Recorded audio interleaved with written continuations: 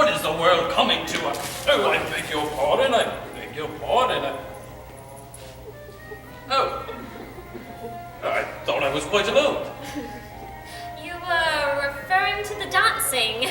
Yes, the dancing. My word, it's preposterous, isn't it? You mean so unconventional? That's hardly the word for it. Hardly the word.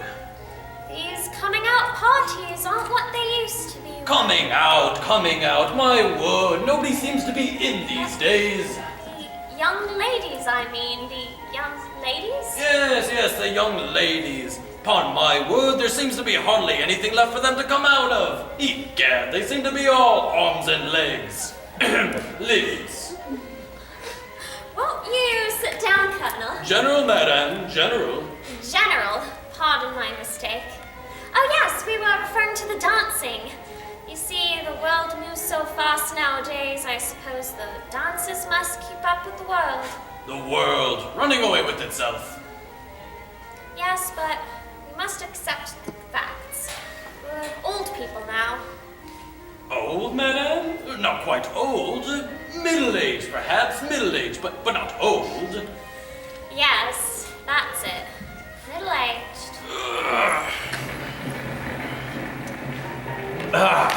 There goes that infernal music again. That unspeakable racket. I say it's like the tom-toms one hears in Africa. Much worse, in fact. Awful.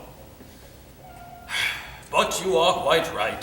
Times do change. But we seem to be going backwards rather than forwards. But we must accept the facts. Unfortunately. I had hoped when I accepted the invitation to this ball tonight that I would find something to remind me, even remotely, of my youth. But upon my word, they've done over the whole house. Oh, have you been here before? May I ask? Yes, done over the whole house. And in this horrible modern way, too. No, you see, I know this house quite well, and I believe nothing has changed. Nothing. Nothing changed? Really? Well, it seems changed. Yes, it seems changed. But perhaps the desire was changed. Yes, perhaps the desire was changed.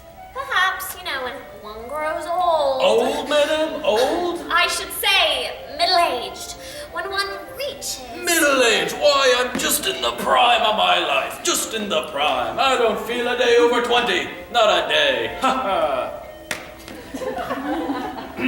Why, at the War Office, they still call me Richard. Richard? Yes, in the East Indian United Service, they call me Dick. Not to my face, mind you, but they do call me Dick. Richard? East Indian United Service Club, may I ask? Yes, that's it. So you see, I'm not quite so old, madam. However, I have accomplished a great deal in my short time in Her Majesty's service. That is, His Majesty's service. It's 41 years ago tomorrow that I went out, and I have seen service. My word, for a young chap, I have seen service. 41 years ago? Yes, quite right. And as I was saying, I had hoped to find something of my youth in this house. Some of the old nooks and corners, faces. Some of the old familiar faces. One in particular. Then you... Oh, yes, very much so. I suppose every youngster is... until he gets his sense. Oh, I was very much in love at the time. Foolishly so. Couldn't live without her, all that sort of thing.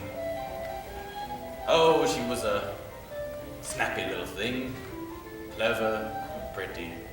Very pretty, as I recall it. Blue eyes and golden hair. That sort of girl. And you quite forgot her when you went away? Yes, quite forgot her. Quite. Life in the service is strenuous, you know. Besides, there's hunting, polo, that sort of thing. And married someone else? But never! Oh, no. I beg your pardon. No, I never married. Hadn't the time, matter of fact. And the young lady?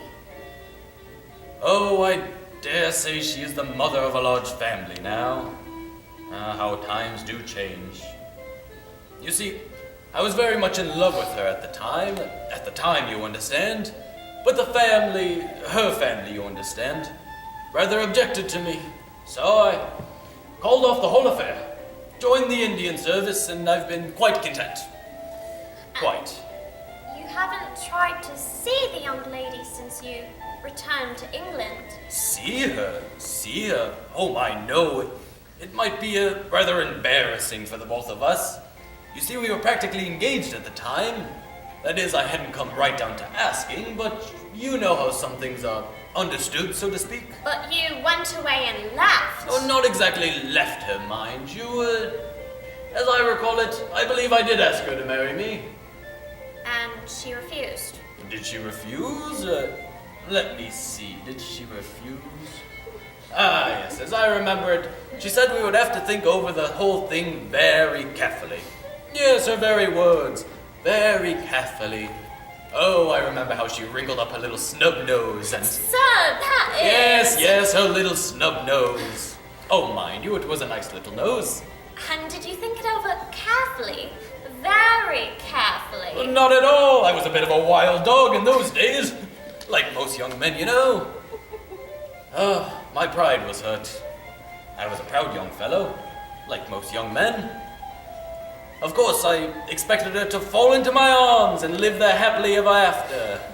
Not in my arms, mind you, but... As your wife? As my wife? I understand. Yes. You were a romantic youth. Oh, yes. Exceedingly so. I believe I must have been reading Disraeli's novels at the time. Rubbish. And you quite lost trace of the young lady. Quite. Oh, I was a conceited young ass. Wouldn't have written for worlds. Several years afterwards, I read in the Times that Anne... Anne? Yes, Anne. Anne. Pretty name, isn't it? I was always fond of the name. As I was saying, several years afterwards, I read that she had gone with her father to Florence. Since then, nothing. So your romance ended? Well, it will never... Ah, yes. It ended.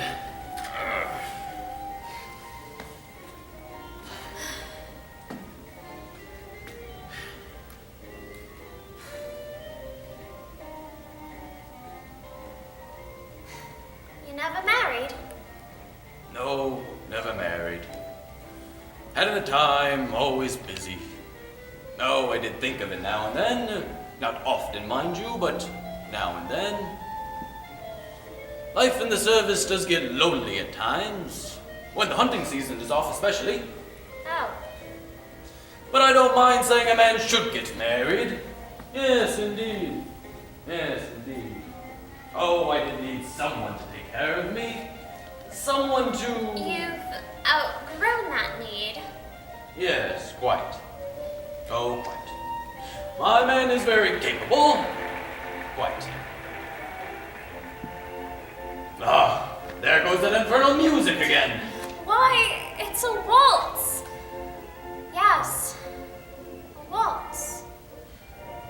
Music brings back so many memories. And the young people are happy. I too back then could dance and laugh as they, but... You? Really?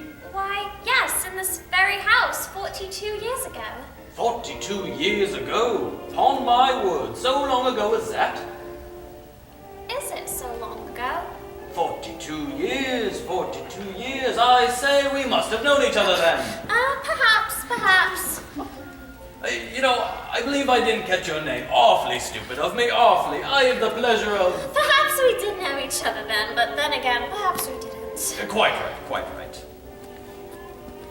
You've lived in England ever since? Oh, no. After you. That is, I've lived out of England a great deal. I have a small villa near Florence. Have you really? Delightful place, Florence. Yes, though a bit lonely at times. Is it really? You know, I'd always thought of Florence as quite gay. Just goes to show how mistaken one can be. Yes.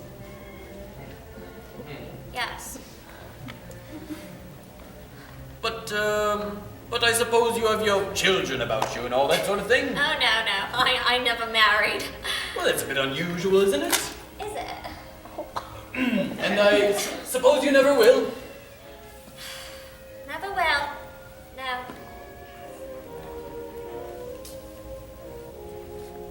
You know, there goes that infernal music again! Yes, perhaps we better join the company, Colonel General Farrington. General Sir Richard Farrington. Oh, I beg your pardon. And may I have the pleasure of knowing to whom I am indebted for a very pleasant half hour? May I have the pleasure of knowing to whom I am speaking? Why, yes. I am Lady Anne Travers. Lady Anne Travers? Not Lady Anne of... Yes, Sir Richard. Upon my word! God bless my soul! Anne Travers! Anne Travers! I should have noticed you the moment I saw you. But I don't see as well as I used to. That is, not quite so well. Anne Travers! And to think, after all these years, and in this very house! Yes, Richard. Anne, you said you never married. Never married? No. But I thought... Well, you were mistaken. It was you who I loved then. And when you said we must think it over very carefully, you really meant... Yes. Really meant. Isn't that just like a woman? Isn't that just like a woman? Is it?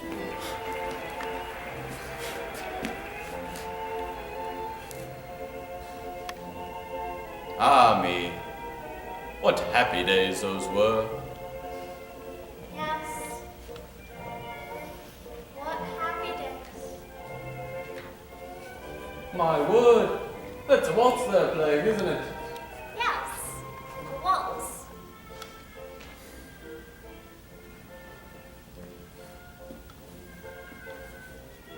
Anne, will you finish this waltz with me?